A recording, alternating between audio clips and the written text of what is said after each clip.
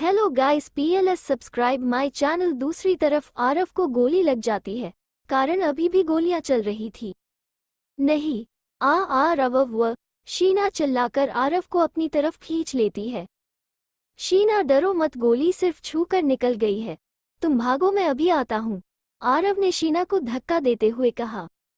नहीं आरव, मैं तुम्हें अकेला छोड़कर नहीं जाऊंगी, तुम मेरे साथ चलो, मैं इतनी भी कमजोर नहीं हूँ कि तुम्हारा वजन ना उठा सकूं, शीना ने आरव को सहारा देकर कहा।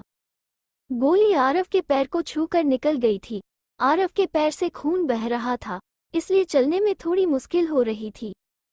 Come on, you can do it Aarav, Sheena ने कहा। दोनों पलटकर 2 कदम चले ही थे, एक रोबो उन पर गन पॉइंट आउट करके खड़ा हो जाता है। ओह शीट, शीना ने कहा और आरव के आगे आकर खड़ी हो जाती है। दूसरी तरफ श्रेया कबीर को वैन में बिठाकर उसे एनालाइज करती कि उसे कहीं ज्यादा चोट तो नहीं आई, और ड्राइवर को ऑर्डर करती है कि आरव और शीना के पास चले। सर आप ठीक है, आपको कहीं ज्यादा चोट तो नहीं आई है, श्रेया ने कबीर के कंधे पर हाथ रख कर कहा। व्हाट द हेल, मुझसे थोड़ा अलग रहोगी, माना मलबे में ढूंढ लिया, इसका मतलब ये नहीं है कि मुझे छूने का लाइसेंस मिल गया, दूर हटो मुझसे, कबीर ने लगभग चीख कर कहा। सर मैं तो बस आपसे, विल यू कीप क्वाइट, और कबीर ने श्रेया की बात काटते हुए उसे चुप रहने के लिए बोल देता है। रजत, यहाँ क्या हो रहा है, कैन यू एक्सप्लेन, कबीर ने बस इतना ही पूछा, तभी उसकी नज़र वैन के बाहर चली जाती है। वैन के बाहर का नज़ारा बहुत ही भयावह था, सब कुछ तहस नहस उजड़ा हुआ धूल से भरा हुआ था, देखने में ऐसा लग रहा था जैसे यहाँ युद्ध चल रहा हो। ओह माय गॉड, ये सब कब हुआ, इतनी तबाही किसने की, कल तक तो सब ठीक था, ये मंजर कितना खतरनाक और डरावना है, फिर अचानक से ये सब, बोलकर कबीर रजत की ओर देखने लगा। सर डॉक्टर रस्तोगी ने हमारे रोबोट्स ब्लूप्रिंट चुरा लिए और ये रोबोट बना दिए, ये सारा शहर ही नहीं पूरी कंट्री में आतंक मचा हुआ है, सभी लोग अपने घरों में कैद है, कोई भी अपनी मर्जी से सांस लेना तो दूर अपनी मर्जी से मर भी नहीं सकता, रजत ने अपने उदास चेहरे को लटका कर कहा। ब्लूप्रिंट तो मेरे पास थे, वो अभी पूरे कहाँ हुए थे, उनका अभी पूरा होना और एक्सपेरिमेंट होना बाकी था, जो उस रस्तोगी ने ये रोबोस बना लिए, कबीर ने अपने कोल्ड एक्सप्रेशन से कहा। श्रेया और रजत एक दूसरे को फिर कबीर को कंफ्यूज होकर देखने लगे। रजत कहीं इस खड़ूस की याददाश्त तो नहीं चली गई, श्रेया ने रजत को देखकर मन में रजत से बात की। मुझे भी ऐसा ही लग रहा है, खड़ूस तो था ही, अब लगता है पागल भी हो गया है, बोलकर रजत मुस्कुराने लगा। श्रेया उसे रिएक्ट करने से मना करती है, तभी एक कराह की आवाज उसके कानों में पड़ती है। ये आवाज कबीर की थी, जो अपने एक पैर को पकड़कर बैठा था, उसमें से काफी खून निकल रहा था। श्रेया जल्दी जाकर कबीर की पेंट फाड़ देती है और उसके पैर को पकड़कर देखने लगती है। तुमसे ऐसा करने की किसने कहा है, किसकी परमिशन से मुझे दोबारा हाथ लगाने की कोशिश की, तुमसे कितनी बार कहा है, मुझसे दूर रहो, जब देखो चिपकने का बहाना ढूंढती रहती हो, कबीर ने श्रेया को धक्का देकर दांत पीस कर कहा। सॉरी सर, ये खून देखकर मुझसे रहा नहीं गया, श्रेया ने अपना गुस्सा दबा कर कहा।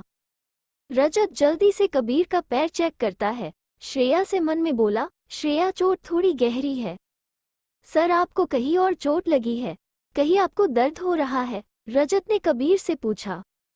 जितनी तुम्हें दिख रही है बस उतनी ही लगी है, जब मेरे ऊपर मालवा गिरा था, उससे पहले मेरे ऊपर एक पत्थर ने आकर कवर कर लिया था, उसके ऊपर सारा मालवा गिर गया, कबीर ने इतना कहा ही था कि उसकी नज़र रोबोट्स पर जाती है, जो वैन पर टारगेट सेट कर रहे थे। दूसरी तरफ शीना, जो आरव के आगे खड़ी कुछ सोच रही थी, तभी आरव की आवाज उसके कानों में पड़ी। शीना, माना कि मेरी शादी तुमसे नहीं हुई है, लेकिन मैं अभी से विधवा नहीं होना चाहता हूँ, तुम सामने से हटो, आरव उसे साइड कर हुए बोला। ओह अच्छा, बोलकर शीना आरव के कंधे का सहारा लेकर रोबो पर अपनी किक उसके सर्किट पर बरसा देती है। रोबो के चेस्ट से चिंगारी निकलने लगती है और रोबो कंफ्यूज होकर वहीं गोल गोल घूमने लगता है। आरव खुशी से शीना को गले लगा कर बोला, ओह शीना, तुम मुझे इतना प्यार करती हो कि मेरी जान बचाने के लिए अपनी जान पर खेल गई। ओ मिस्टर, सपने देखना बंद करो और जल्दी से चलो यहाँ से, नहीं तो यही तुम्हारा बैंड बाजा बारात निकल जाएगी, बोलकर शीना उसका हाथ पकड़ बाहर ले गई। बाहर निकलकर दोनों ही जम गए। उनके सामने रोबोट्स की पूरी पलटन खड़ी थी। तर तर तर तर उनके कानों में ड्रोन की आवाज आती है, जो अब फायरिंग कर रहे थे। रोबोट एक एक कर गिर रहे थे। रोबोट्स का अटेंशन ड्रोन पर हो गया तो शीना और आरव की जान में जान आए और वहां से चुपके से निकल जाते हैं। चलती वैन से रजत शीना और आरव को आवाज देता है, आरव शीना इस तरफ। आरव शीना को रजत की आवाज सुनाई देती है और वैन भी दिख जाती है।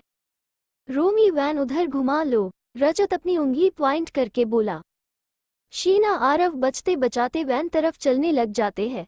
आरव को थोड़ी चलने में परेशानी हो रही थी, उसके पैर में दर्द हो रहा था। एक सेफ जगह शीना आरव को पकड़कर खड़ी हो जाती है। हमें यही खड़ा होना चाहिए, उनके पीछे रोबोट्स है। वैन बुलेट प्रूफ है, हमारा सिर नहीं, शीना ने आरव से कहा। कुछ ही देर में वैन उन दोनों के पास पहुंच जाती है। वैन का दरवाजा खोल श्रेया ने अपना हाथ देकर कहा, कम इनसाइड फास्ट। शीना पहले आरव को वैन में धक्का देती है, फिर खुद चढ़ जाती है। ऊपर हवा में ड्रोन्स का जाल चिड़ियों के झुंड की तरह उड़ रहा था। कुछ ड्रोन वैन को आगे और पीछे से कवर करके चल रहे थे, तो बाकी रोबोट्स पर हमला कर रहे थे। कबीर ये देख शॉक था, आखिर ये हो क्या रहा है। ड्रोन्स के चलने की वजह से रोबोट्स वैन को ट्रैक नहीं कर पा रहे थे। जब वैन अपने ठिकाने पर पहुंचने वाली थी, तब ड्रोन्स को दूसरी लोकेशन की ओर जाने का सिग्नल मिलता है और ड्रोन्स उसी तरफ चले जाते हैं। कबीर और श्रेया की वैन सेफली अपने ठिकाने पर चली जाती। जब सेफली सब अपने अंडरग्राउंड प्लेस पर पहुंच गए, तब जाकर सबने राहत की सांस ली। दूसरी तरफ रस्तोगी फिर से उनके प्लेस को ढूंढने में नाकामयाब हो जाता है। उस श्रेया को मैं छोड़ूंगा नहीं, हमेशा ही मेरे काम में रुकावट बनी है। मुझसे ब्लूप्रिंट छीनने में लगभग कामयाब हो गई थी, लेकिन मैंने उसे चकमा दे दिया, बोलकर रस्तोगी किसी हैवान की तरह हंसने लगा। कबीर सबसे पूछ रहा था, ये क्या हो रहा है। श्रेया सबको दूसरे कमरे में जाने को बोल देती है और गेट बंद कर एक जोरदार चांटा कबीर के गालों पर जड़ देती है। तुम्हारी इतनी हिम्मत, एक और चांटा कबीर के गालों पड़ता है। काश ये चांटा पहले ही मर दिया होता तो हम सब इस नर्क में नहीं होते। इन सब का कारण तुम हो मिस्टर कबीर कपूर, आपकी ही वजह से हम सबने अपनी फैमिली को खो दिया, बोलकर श्रेया एक रिमोट का बटन प्रेस करती है। वहां लगे कंप्यूटर्स पर अलग अलग शहर के व्यू आने लगते हैं। देखो इस तबाही को देख लो, इन सब का कारण सिर्फ और सिर्फ तुम्हारा ईगो, तुम्हारा घमंड, तुम्हारी यह अकड़ है जिसकी वजह से ये सब हुआ। श्रेया कबीर की आंखों में देखकर बोलती है और उसे अकेला छोड़कर रूम से बाहर निकल जाती है। श्रेया के जाने के बाद कबीर गुस्से से पलटकर कंप्यूटर की स्क्रीन को देखना शुरू करता है। सब जगह वीरान उजड़ा हुआ मंजर था। धूल की आंधियां काले धुएं साथ मिलकर उड़ रही थी। जगह जगह आग की छोटी बड़ी लपटें निकल रही थी। एकदम कब्रिस्तान जैसा सन्नाटा पसरा हुआ था, जो वहां की मनहूसियत को दर्शा रहा था। कहीं भी जरा सी हरकत होती तो वही कहीं न कहीं से बॉम्ब या गोलियों से अटैक हो रहा था। ऐसा मंजर देखकर कबीर स्तब्ध और सन्न रह जाता है। कबीर गुस्से से वहां पड़ी एक डिवाइस कैप पहनकर बोला, what the hell gone in past, और कंप्यूटर पर कुछ टाइप कर आंखें बंद कर पास की टेबल पर लेट जाता है। रजत अंदर कमरे में आकर देखता है कि कबीर कुछ काम करने के लिए लेता हुआ है, तो रजत आकार उसकी ड्रेसिंग करने लगता है। हेलो फ्रेंड्स, अगले चैप्टर में आप सबको कबीर और श्रेया की पास्ट स्टोरी देखने को मिलेगी। आप सब अपना सपोर्ट मेरी इस कहानी को देते रहिए।